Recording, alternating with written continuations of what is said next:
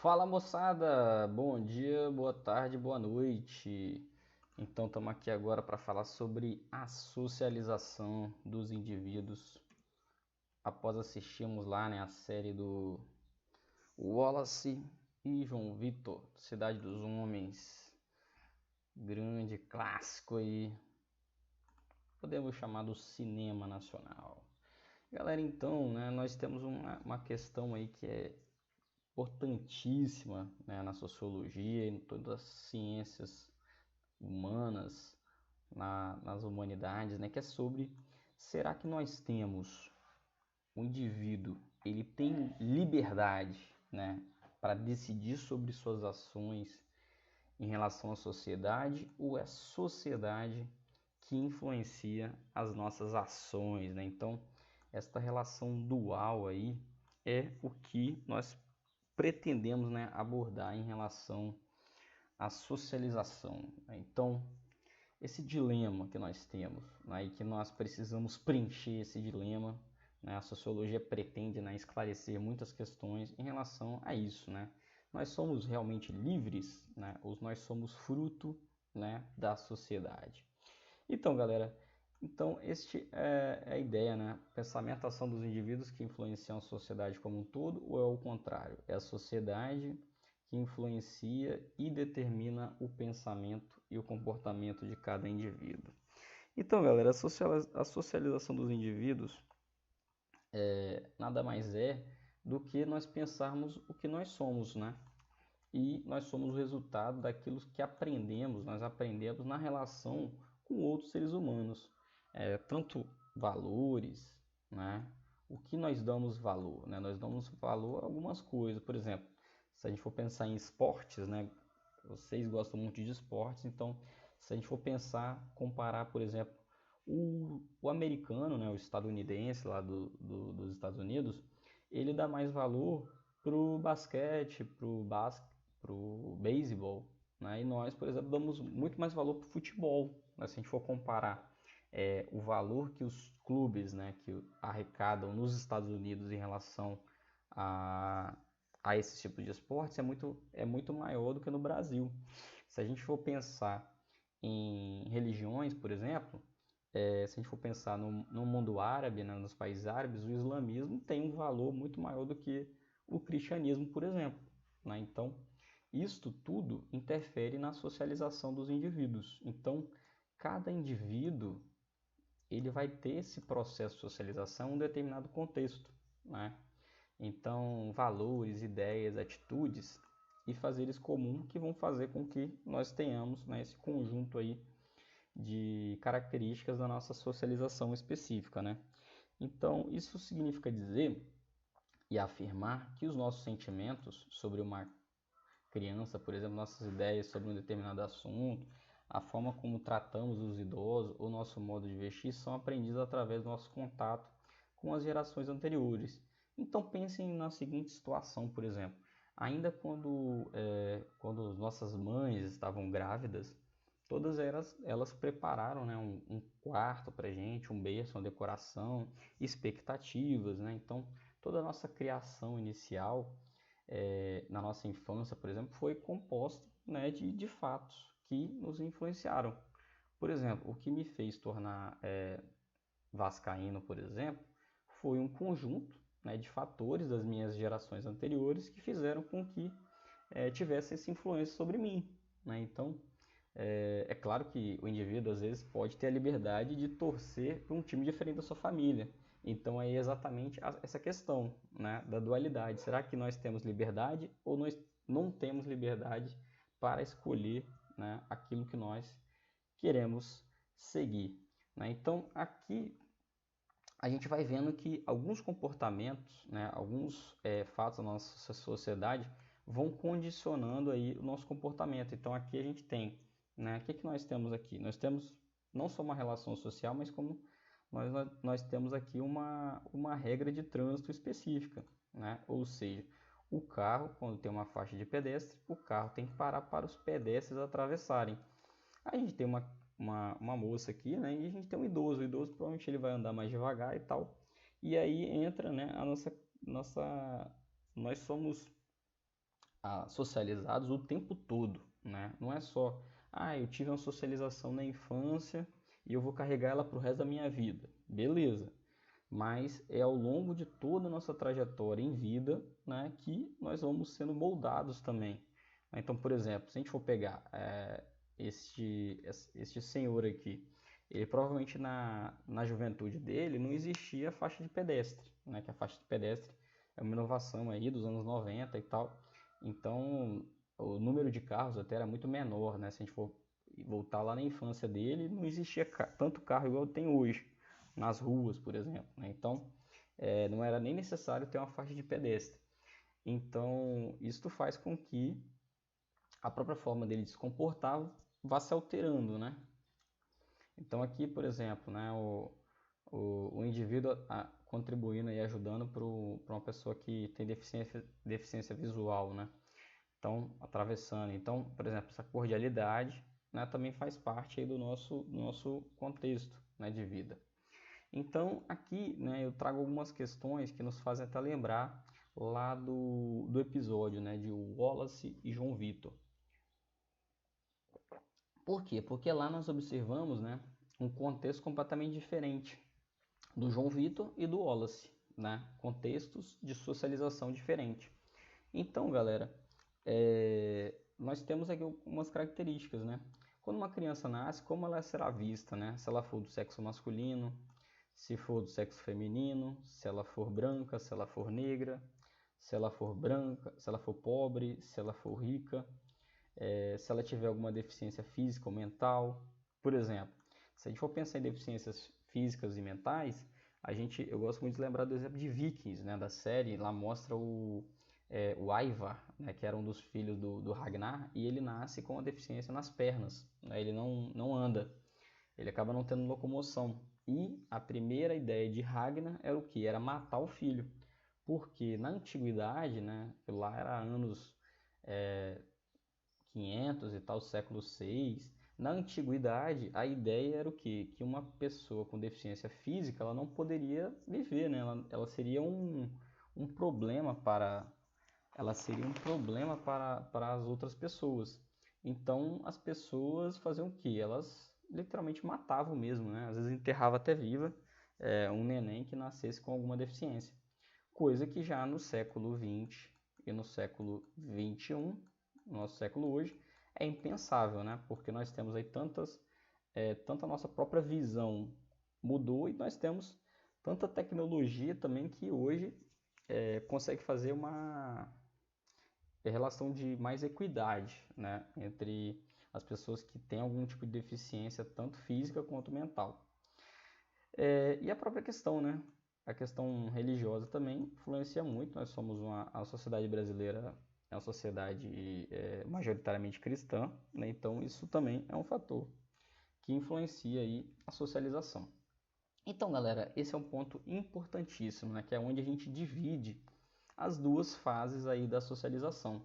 Então nós temos a chamada primeira fase da socialização, que é aquela, lembram lá quando eu estava falando da barriga das nossas mães, né? Então a gente tem aqui a socialização primária, que é a que ocorre nos primeiros anos da nossa vida, né? Então assim, ela prioritariamente ocorre no âmbito familiar, mas hoje, né, com um novo contexto urbano e das relações de gênero e de trabalho, hoje, né, boa parte aí, tanto o pai quanto a mãe acabam trabalhando, tendo, né, um trabalho externo aí.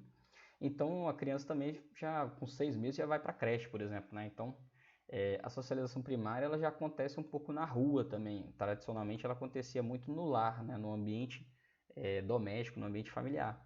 Mas hoje também muito acontece na creche, né? Porque a criança já passa, já a maior parte das crianças aí já vão novinhas aí para as creches.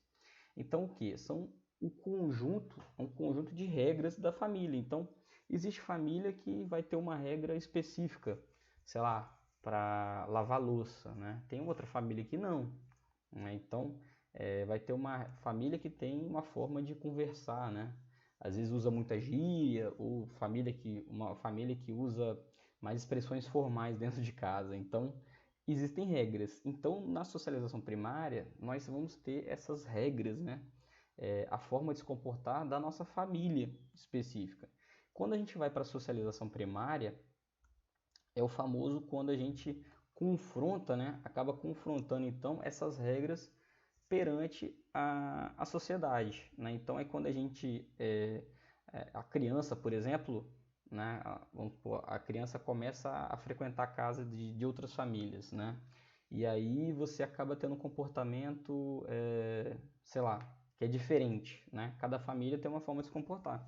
E aí pode entrar em choque, né? Então, a socialização secundária é quando esses pequenos contatos, né, acabam entrando em conflito. Então, às vezes, você foi na casa do seu coleguinha, almoçou lá e deixou o prato na pia, né, não lavou.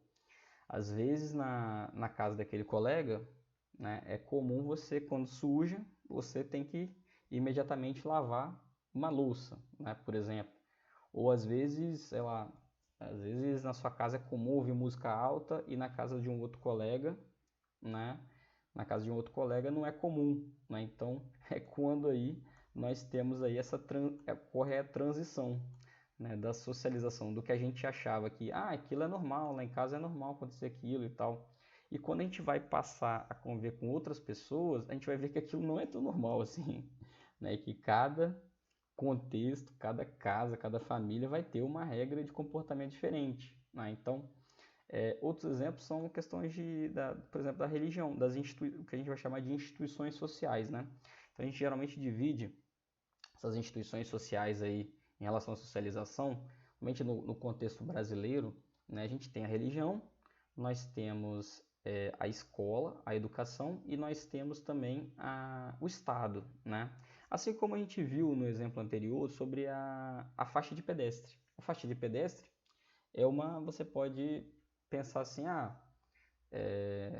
quando eu tô com, sei lá, vocês não dirigem ainda, né? Mas, por exemplo, em determinado local, sei lá, se eu estiver numa fazenda, num local privado, né, não existe faixa de pedestre, não existe velocidade e tal. Mas quando você chega num contexto social, né, dentro da cidade, por exemplo, você tem várias regras de trânsito que precisam ser respeitadas, né? Então é como se fosse isso.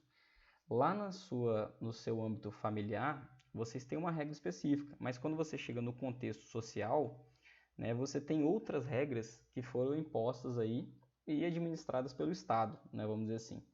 Assim como, né, por exemplo, às vezes você tem uma regra específica na sua família, com seus colegas, né, com seus amigos aí, do seu bairro, da sua rua e tal. E, por exemplo, o grupo de jovens na igreja, né, que é um dos exemplos que eu trouxe, é uma outra forma de socialização, né? Vai ter regras ali específicas, né? Como na Igreja Católica é chamada, por exemplo, a liturgia, né? Então, existem regras específicas do contexto também, né, de uma instituição socializadora como a igreja, por exemplo. Na escola também, nós temos aí, né, código de ética, por exemplo, código de ética tem regras. É claro que agora vocês estão em casa e vocês podem ficar até descalço, se vocês quiserem, assistir esse vídeo descalço. Mas quando vocês estão na escola, os nossos colegas lá do pedagógico, vão olhar se vocês estão usando o tênis, né? Se tiver de chinelo, vai tomar ocorrência. Então, por exemplo, você está na sua casa, você pode ficar até descalço, né? Mas na escola, né? Aqui é a socialização secundária, a gente tem que saber o quê? Que no ambiente institucional você tem que se comportar de uma forma diferente do que você se comporta lá no seu ambiente familiar, né? Então, assim, hoje também, né, vocês aí que provavelmente nasceram aí no início dos 2005, 2006 e tal, já vocês são uma das primeiras gerações aí do século 21, né, que nasceram no século 21, então vocês já pegaram, quando vocês estavam criancinha, vocês já pegaram o smartphone, né? Os smartphones começaram ali em 2007, 2008, que eu acho que foi uma revolução muito maior do que dos próprios computadores, né, em termos de fazer essa conexão aí em relação à internet praticamente em todos os espaços, né? Em todos os espaços hoje nós estamos aí conectados com o mundo todo, né? Então isso interfere a socialização, Por exemplo, se a gente for pegar, eu gosto de dar o exemplo do K-pop, né, que é lá da Coreia, né, aquela música eletrônica e tal, que faz muito sucesso não só na Coreia, mas no mundo todo. O K-pop, por exemplo, né, se a gente for pegar o K-pop é um tipo de música, né, que se a gente fosse voltar, né, dos anos 60 e talvez, mas antigamente, demoraria, né, a chegar aqui, né? Mas aí a cultura, né, acaba aí se disseminando, né, muito mais fácil aí pela TV e pela internet também. Então isso vai constituindo também a socialização secundária. Beleza? Então, resumindo bem breve, né? Primário é no ambiente familiar, nos primeiros anos de vida também, né? E a secundária é aquela que a gente vai carregar pro resto da nossa vida. Porque, por exemplo, às vezes pode ser que, se a gente for pensar tanto religião quanto Estado e quanto educação, né? E enquanto sociedade também, mas as regras mudam, né? Então, a mesma forma de se comportar, eu, por exemplo, já tenho 33 anos, já estou indo para minha terceira década, né, de vida, já percebo, né, mudanças sociais que vão acontecendo, que talvez na minha adolescência eram coisas diferentes, né, que aconteciam. Então, eu acho que isso passa por mudanças. Então, aí algumas imagens, né, só para mostrar, né, a socialização primária, as criancinhas ali e tal. A secundária, já esse contexto social, né, onde as pessoas já vão estando inseridas. E aí a própria TV, né? A influência da TV, hoje a gente tem o YouTube aí, né? Com a forma disseminada aí, os streamings também.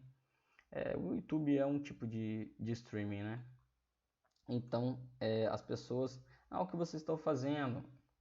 Que pergunta mais boba, como se existisse outra coisa para fazer. Estamos contemplando o fantástico show da vida. Isso é um bordão do programa do Fantástico, né? Programa de domingo da Globo. Mas enfim, é uma forma de mostrar tudo bem, né? Essa charge aqui é dos anos 2000. Mas hoje você pode estar vendo streaming também, né? Você pode acessar a qualquer momento. Beleza, moçada? Então, basicamente é isso, né? Então, aqui o papel, quando a gente fala sobre papel social, é o que? Nós temos então a socialização primária e secundária. Depois dela, nós vamos ter o que é chamado de papel social. Ou seja, o papel social é após nós aprendermos então como nos comportarmos em cada uma dessas instituições, nós vamos ter um papel, né, uma função para cada tipo de contexto onde nós estamos inseridos, né? Então, esse papel social é um comportamento esperado de um indivíduo que ocupa uma determinada posição na sociedade. Então, por exemplo, como eu falei, na escola você não pode, né, estar na escola de chinelo, né? Então, lá na escola o papel que se espera do aluno é o que? Usar o uniforme e usar o tênis. Por exemplo, às vezes você for numa igreja, por exemplo, às vezes a igreja pode exigir que você use calça, né? A calça é uma calça, né? Então lá é esperado que você use calça, né? Então assim, quando você vai atravessar a rua, é esperado, se você atravessa na faixa, e aquela na rua tiver faixa, né? Que São Mateus, a urbanização é meio precária, né? Mas existem locais que tem faixa. Você vai atravessar na faixa e o carro vai ter, teoricamente, o carro tem que esperar você passar. Então, o papel social é isso, né? É como se nós tivéssemos aqui o S, representa a socialização, tanto a socialização primária e a socialização secundária, e depois nós temos aí um papel social esperado, né? Então, é claro que se a gente, às vezes a pessoa não tiver aquele papel social, pode ser, às vezes por conta de, talvez uma questão de anomia, né? Uma patologia que a pessoa tenha e tal. A gente tem várias explicações aí psicológicas, né? Talvez esquizofrenia ou bipolaridade e tal. Mas uma pessoa que consiga adquirir, né, estes traços aí da socialização, tanto primária quanto secundária, ela vai conseguir entender que posteriormente então, ela vai ter um papel social, ou seja, um comportamento esperado de um indivíduo que ocupa uma determinada posição na sociedade. Beleza, moçada? Então, por fim, é isso, né? Então, como reflexão final, né? Mas então quer dizer que cada um de nós não tem liberdade ou uma margem de manobra para adotar um certo papel social? A resposta a essa questão foi e continua sendo os grandes debates dos teóricos da sociologia até hoje, né? Então, a gente, claro, né, a gente sabe que na prática pode ser uma relação de bom senso, né? Todos nós tenhamos um percentual de liberdade, sim, mas também nós não podemos deixar de negar o peso, né? Se a gente for pensar, por exemplo, na própria questão das classes sociais, será que você tem liberdade, independente da sua classe social?